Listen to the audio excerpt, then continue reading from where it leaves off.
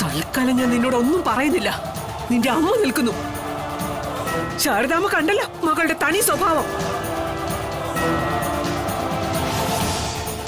വിഷ്ണു ഇവിടെ എറിഞ്ഞുടച്ചത് എന്നോടുള്ള ബഹുമാനമാ. അതിന് കാരണക്കാരി നിങ്ങളുടെ മകളാണെന്ന് ഞാൻ വിശ്വസിക്കുന്നു.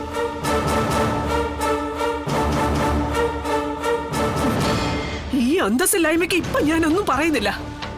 അതാണ് സത്യഭാമയുടെ അന്തസ്. സത്യമേ, മോള് വാ.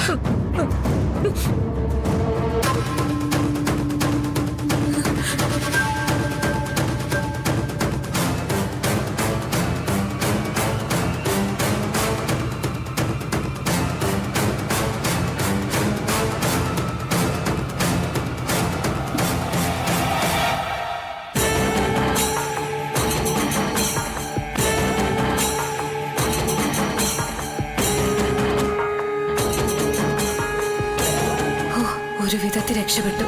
ഞാനാ ചെയ്തെന്ന് അവര് മനസ്സിലാക്കിയത് പോലെ ഉണ്ടല്ലോ. എന്തായിരിക്കും കാരണം? ശാലിനിക്ക് എന്തെങ്കിലും തുമ്പ് കിട്ടിയിട്ടുണ്ടെങ്കിൽ അത് ശാരദാമ്മയോട് പറയാതിരിക്കില്ല. അതറിയണമല്ലോ. ആന്റി, പേടിച്ച് തൊണ്ടയാകെ വരണ്ടു. ഞാൻ കുറച്ച് വെള്ളം കുടിച്ചിട്ട് വരാം. ശരി മോളെ.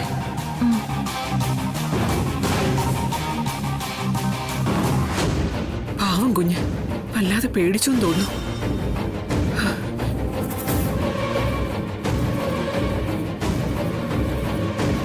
മോളെ,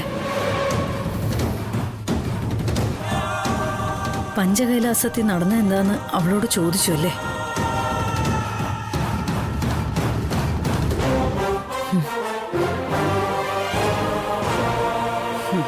വിഷ്ണുവിനോട് പറയണം ആവേശം കുറച്ചൊന്ന് നിയന്ത്രിക്കാൻ. മോളെ, സത്യം അറിയണമെന്ന് എല്ലാവർക്കും ആഗ്രഹമുണ്ട്. എനിക്കും രാഘവേട്ടനും എല്ലാം. പക്ഷെ അറിയാനുള്ള വഴി ഇതല്ല. ബലപ്രയോഗത്തിലൂടെയോ തല്ലിയോ നിങ്ങൾ അവളെ കൊണ്ട് സത്യം പറയിച്ചാലും സത്യമയ്ക്കോ പോലീസിനോ മുന്നിൽ അവളത് ഏറ്റുപറയണമെന്നില്ല. നിങ്ങൾ ആരെങ്കിലും അങ്ങനെ ആരോപണം ഉന്നയിച്ചാൽ അതിന് വേണ്ടത്ര തെളിവുമില്ല. ഇവർക്ക് ബുദ്ധിയുണ്ട്. അപ്പൊ ഇനി എനിക്ക് നേരെ നീക്കമൊന്നും ഉണ്ടാവില്ല. നിങ്ങൾ കുറച്ചുകൂടെ ബുദ്ധിപൂർവം നീങ്ങണമെന്നാ ഞാൻ പറയുന്നത്. ഇനിയെന്താ? പഞ്ചകൈലാസത്തിൽ യഥാർത്ഥത്തിൽ സംഭവിച്ചത് എന്താണെന്ന് സുസ്മിതയ്ക്ക് പുറമെ പറയാൻ കഴിയുന്ന രണ്ടുപേരേ ഉള്ളൂ. അവരുടെ മൊഴിയെ സത്യാമ്മയും ലോകവും എല്ലാരും വിശ്വസിക്കൂ. രോഹിത്തും പ്രീതിയും. അതിന് രോഹിത്തിനെ കണ്ടുകിട്ടിയില്ലല്ലോ അമ്മ. പ്രീതിയാണെങ്കിൽ കോമയിലും. അങ്ങനെ ചിന്തിക്കുന്നിടത്താ നിങ്ങൾക്ക് തെറ്റുപറ്റുന്നത്. രോഹിത്തിനെ കണ്ടു കിട്ടുന്നത് വരെയോ പ്രീതി കോമയിൽ നിന്ന് ഉണരുന്ന വരെയോ കാക്കാൻ പോവാണോ നിങ്ങള്? വേറെന്താ അമ്മ ഞങ്ങള് ചെയ്യാ? അങ്ങനെ കാത്തിരുന്ന അതിനിടെ അവള് തെളിവുകളെല്ലാം നശിപ്പിക്കും മോളെ. നീ ഭയക്കുന്നത് പോലെ അവള് പ്രീതിയെ വകവരുത്തുകയും ചെയ്യും. രോഹിത് ചിലപ്പോ ഒരിക്കലും മടങ്ങി വന്നില്ലാന്നിരിക്കും. അതിനിടെ അവള് നിന്റെ കഥയും കഴിക്കും.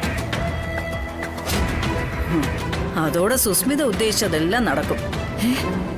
ഇവരെങ്ങനെയാ എന്റെ മനസ്സ് വായിച്ചത്? ഇതൊക്കെ എനിക്കും അറിയാവുന്ന കാര്യങ്ങളാ അമ്മ. അമ്മ എന്തെങ്കിലും ഒരു പൊൻവഴി ഉണ്ടെങ്കിൽ അത് പറ.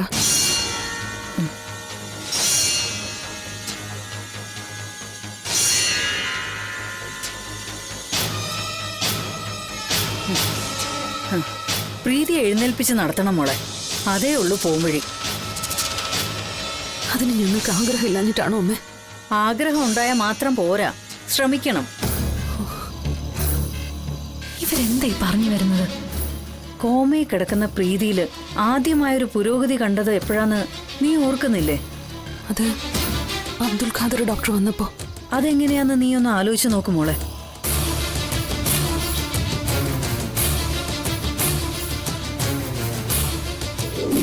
പ്രീതി, പ്രീതി നോക്ക്. പ്രീതി, പ്രീതി എഴുന്നേറ്റ് വാ. പ്രീതി, നമ്മുടെ മോള്, നമ്മുടെ പാറക്കുട്ടി.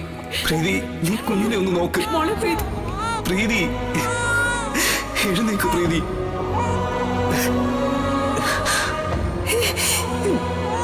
പ്രീതി, എഴുന്നേക്ക് പ്രീതി.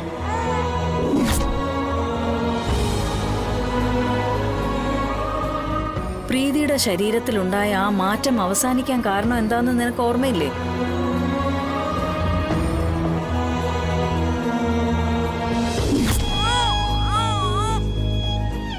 മോളെ പ്രീതി,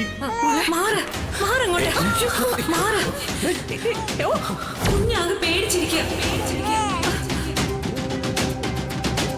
കുടിച്ചോ?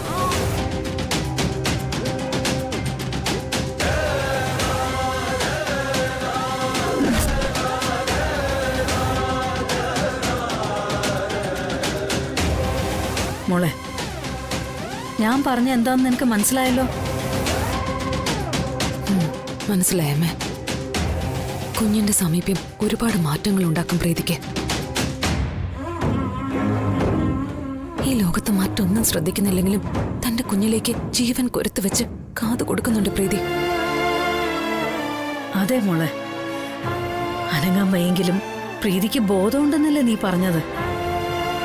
ബോധത്തോടെ ഇരിക്കുമ്പോ ഒരു പെറ്റമ്മയ്ക്ക് സ്വന്തം കുഞ്ഞിനെ കുറിച്ച് ആലോചിക്കാതിരിക്കാൻ പറ്റില്ല മോളെ. നിരന്തരമായി ആ കുഞ്ഞിന്റെ സാമീപ്യം ഉണ്ടാകുമ്പോ അവളെ എടുക്കാനും ലാളിക്കാനും ഒക്കെ മനസ്സ് വെമ്പും.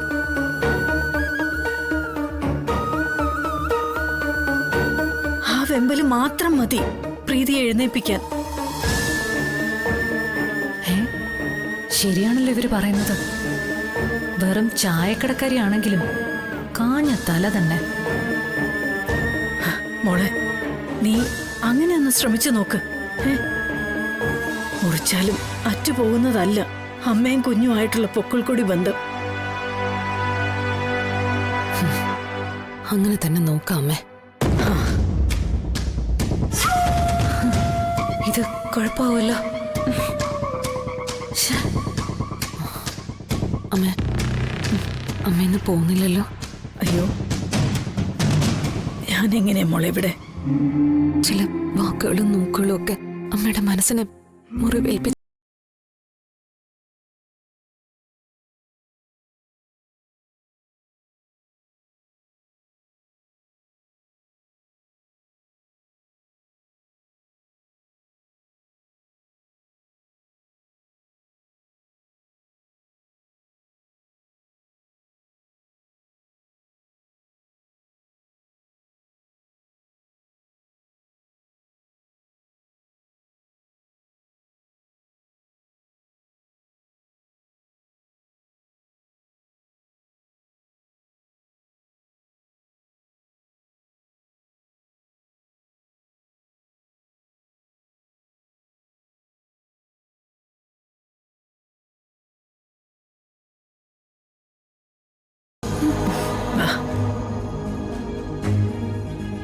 നിങ്ങളെ ഇനി ഞാൻ വളരാൻ വിടില്ല ശാരദാമ്മേ. ഇനിയും നിങ്ങളെ ചിന്തിക്കാൻ അനുവദിച്ച ഈ പാവം സുസ്മിത ജയിലിൽ പോയി കിടക്കേണ്ടി വരും.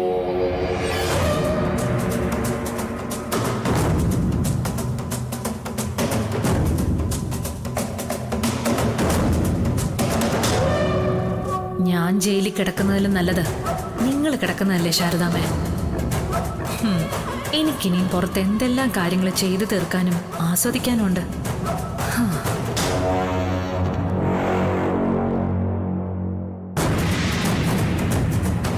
നിങ്ങളുടെ ജീവിതമാണെങ്കിൽ പകുതി തീർന്നതല്ലേ. അതുകൊണ്ട് നിങ്ങൾക്ക് അങ്ങോട്ടുള്ള വഴി ഞാൻ വെട്ടിത്തരാം.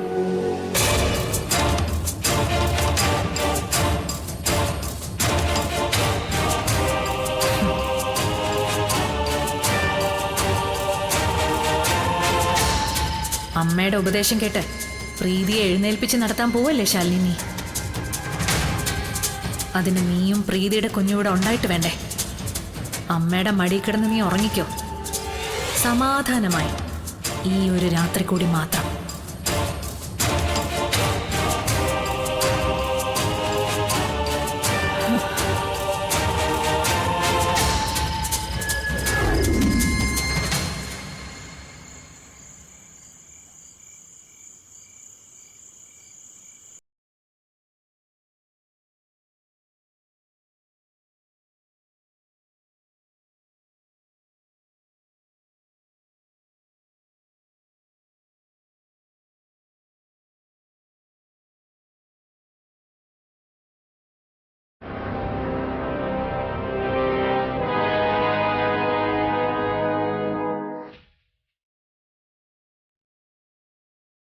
പ്രീതി പ്രീതി പ്രീതി പ്രീതി ഞാനാടി സുസ്മിത. എന്റെ പേര് കേട്ടപ്പോ തന്നെ നിന്റെ ഉള്ളൊന്ന് കിടുങ്ങി വിറച്ചിട്ടുണ്ടെന്ന് എനിക്ക് മനസ്സിലായി. നിനക്ക് ജീവഭയം ഇല്ലാതിരിക്കില്ലല്ലോ, എന്നെ അറിയാലോ. ആ, ഈ പരിസരത്താണെങ്കിൽ ഇപ്പൊ ആരുമില്ല. വേണമെങ്കിൽ ഇപ്പൊ എനിക്ക് നിന്നെ കൊല്ലാം.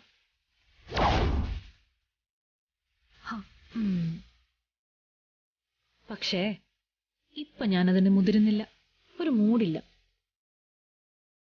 അത് നിന്നോടുള്ള കരുണ കൊണ്ടൊന്നും അല്ല, അങ്ങനൊന്നും വിചാരിച്ചോളയല്ലേ. ഒരു തവണ ഞാനതിന് ശ്രമിച്ചു എന്നുള്ളൊരു സംശയം ശാലിനിക്കും അർജുനേട്ടനും വിഷ്ണുവേട്ടനും ഒക്കെ ഉണ്ട്. അന്ന് നീ ചാകാതിരുന്നത് എന്റെ സമയദോഷാണെന്ന് പറഞ്ഞാൽ മതിയല്ലോ. എന്തായാലും ഈ കിടപ്പിൽ നീ ഇപ്പോ ഒരു അറ്റാക്ക് വന്ന് ചത്താ പോലും അവരെന്നെ സംശയിക്കും. അതുകൊണ്ട് തൽക്കാലത്തേക്ക് ഞാൻ ഒരു റിസ്ക് എടുക്കുന്നില്ല എന്ന് കരുതി ഉപാധികളില്ലാതെ നിന്റെ ആയുസ് നീട്ടിത്തരുന്നതല്ല കേട്ടോ. എന്ന് നീ കിടപ്പിൽ നിന്ന് എഴുന്നേക്കുമെന്ന് എനിക്ക് സംശയം തോന്നുന്നു, അന്ന് നീ തൽക്കാലം കുറച്ചു ദിവസം കൂടി നീ ഇങ്ങനെ തന്നെ കിടന്നു. എനിക്കിപ്പോ ആവശ്യം വേറൊന്ന്.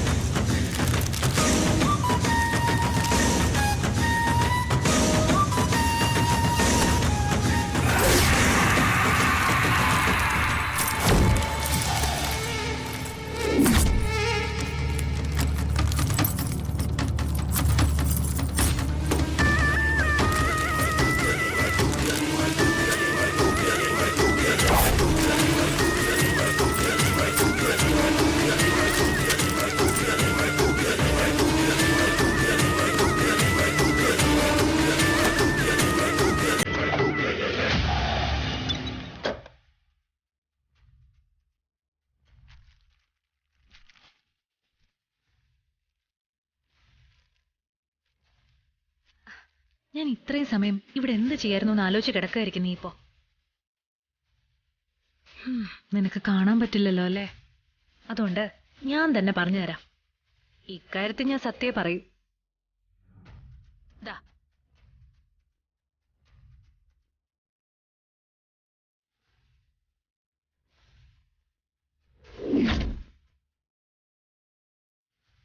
നിന്റെ കുറച്ച് ആഭരണങ്ങൾ ഇവിടെ ഇരിപ്പുണ്ടല്ലോ, മാല, വള, കമ്മൽ, അതൊക്കെ ഞാനിങ്ങ് എടുത്തേക്കാം. വെട്ടിയിട്ട വാഴ പോലെ കിടക്കുന്ന നിനക്കെന്തിനാ ആഭരണങ്ങൾ? എന്ന് കരുതി ഞാനിതൊന്നും തട്ടിയെടുക്കാൻ പോകുന്നില്ല കേട്ടോ. ഇത് വെച്ച് എനിക്ക് തൽക്കാലത്തേക്ക് കുറച്ച് ആവശ്യങ്ങളുണ്ട്. അത് കഴിഞ്ഞ് ഞാൻ നിനക്ക് തന്നെ തിരിച്ചു തന്നേക്കാം. ഞാനിതൊക്കെ എന്തിനാ നിന്നോട് പറയുന്നതെന്ന് നീ ആലോചിക്കുന്നുണ്ടാവും. എനിക്കൊരു മനസാക്ഷി കുത്തുണ്ടാവാതിരിക്കാൻ വേണ്ടിയാ. നാളെ ഇവിടെ പലതും സംഭവിക്കും. എല്ലാം അറിയുന്ന ഒരാളെങ്കിലും ഈ വീട്ടിലുണ്ടായിരിക്കുന്നത് നല്ലതല്ലേ? അപ്പോ ശുഭരാത്രി, സുഖനിദ്ര.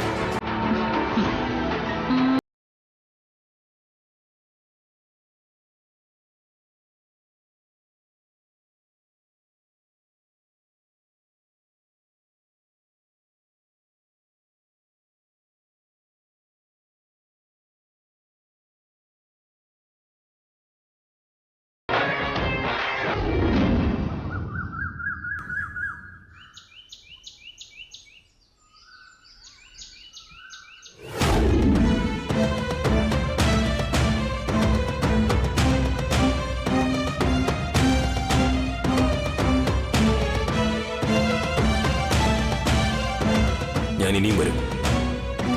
അത് പ്രീതിയെ എഴുന്നേൽപ്പിച്ച് നിർത്താൻ വേണ്ടിയാവും.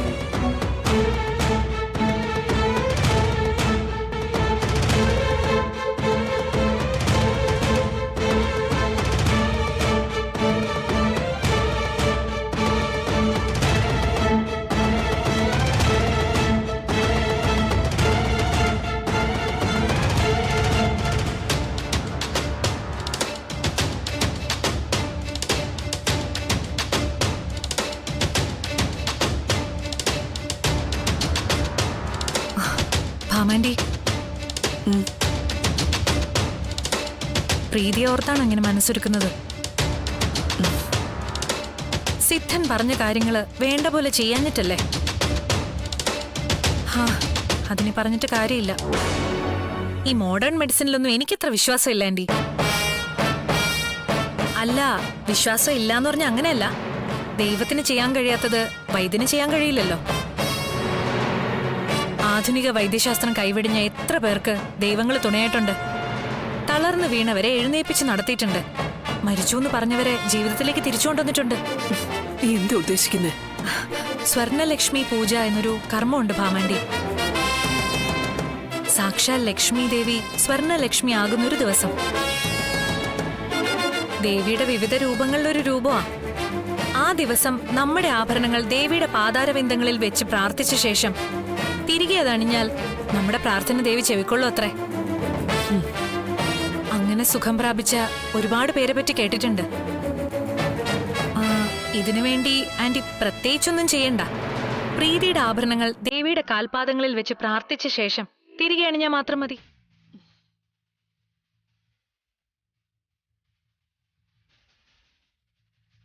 അല്ല, ആന്റിക്ക് വിശ്വാസം ഉണ്ടെങ്കിൽ മാത്രം മതി കേട്ടോ. എന്ന് പൂജ നടത്തേണ്ടത്? ഇന്ന് ആന്റി, വർഷത്തിൽ ഒന്നേ ഉള്ളൂ ആ ദിവസം. ഇനിയൊരു പൂജ നടത്തണമെങ്കിൽ 1 വർഷം കാത്തിരിക്കേണ്ടി വരും. ശരി, ഇനിയിപ്പോ ആ പൂജ നടത്തിയില്ലെന്ന് വേണ്ട. ഞാൻ പോയി പ്രീതിയുടെ ആഭരണങ്ങൾ എടുത്തുകൊണ്ട് വരാം. ശരി.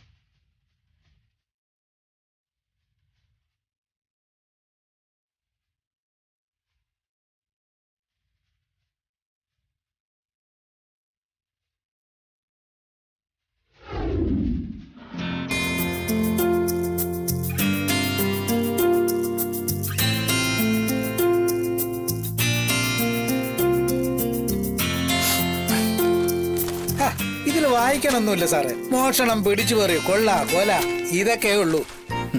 എടോ പിള്ളേ, അതിന്റെ നടുക്കലത്തെ പേജില് നമ്മുടെ പിള്ളേർക്ക് ഏഷ്യൻ ഗെയിംസിൽ മെഡൽ കിട്ടിയത് നല്ല മത്തങ്ങ വലുപ്പത്തിൽ കിടക്കുന്നത് തന്റെ കണ്ണി കണ്ടില്ലടോ? ഓ, അങ്ങനെ ഉണ്ടല്ലേ? ആ, അങ്ങനെയൊക്കെ ഉണ്ട്. നല്ലത് കാണണമെന്ന് വെച്ചാലേ നല്ലത് കാണാൻ പറ്റൂ. മോശമാണെങ്കിൽ അങ്ങനെ കാണൂ. ഇതിപ്പോ ന്യൂസിൽ മാത്രമല്ല, എല്ലാ കാര്യങ്ങളിലും അങ്ങനെ തന്നെ. സൂപ്പർടാ. എന്റെ മോനിപ്പോ തലയ്ക്ക് വെളിവൊക്കെ ഉണ്ട്. അച്ഛാ, അതിന്റെ ഇടയിൽ കൂടെ വേണ്ട. പോടാ. എന്താ ചിരിക്കുന്നതിന്? ഓ, വലിയ തമാശ കേട്ട പോലെ. രാഘവേട്ടാ, ചായ. ആഹാ, അല്ല ശാരദാമ്മ രാവിലെ തന്നെ എവിടേക്കോ പുറപ്പെടാൻ ഒരുങ്ങിയിരിക്കുകയാണെന്ന് തോന്നല്ലോ. സ്വർണലക്ഷ്മി പൂജയല്ലേ രാഘവേട്ടാ? കുട്ടികളുടെ കൂടെ അമ്പലത്തിലൊന്ന് പോണം. ഞാനുണ്ടായാലേ പറ്റൂ. പിള്ളച്ചേട്ടാ, ദാ ചായ. അയ്യോ, ശാരദാമ്മ ഇതിനു വേണ്ടി ബുദ്ധിമുട്ടുണ്ടായിരുന്നല്ലോ. ഓ, ഇതൊക്കെ ഒരു ബുദ്ധിമുട്ടാണ് പിള്ളച്ചേട്ടാ. അയ്യോ, എന്റെ കുറ്റമല്ല കേട്ടോ. ശാരദാമ്മ വന്നാ പിന്നെ അടുക്കളയിൽ എനിക്ക് ഫുൾ റെസ്റ്റാ. ഒരു വക തൊടാൻ സമ്മതിക്കില്ല. അതിന്റെ ഗുണമുണ്ട് ഈ ചായക്ക്.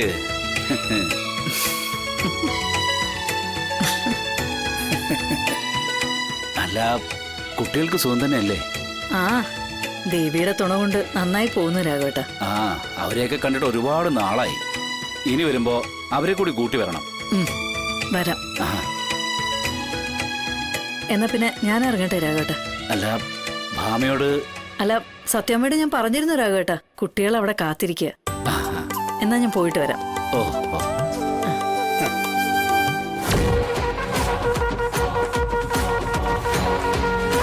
ശാരദാമ്മേ, ഒന്ന് നിന്നേ.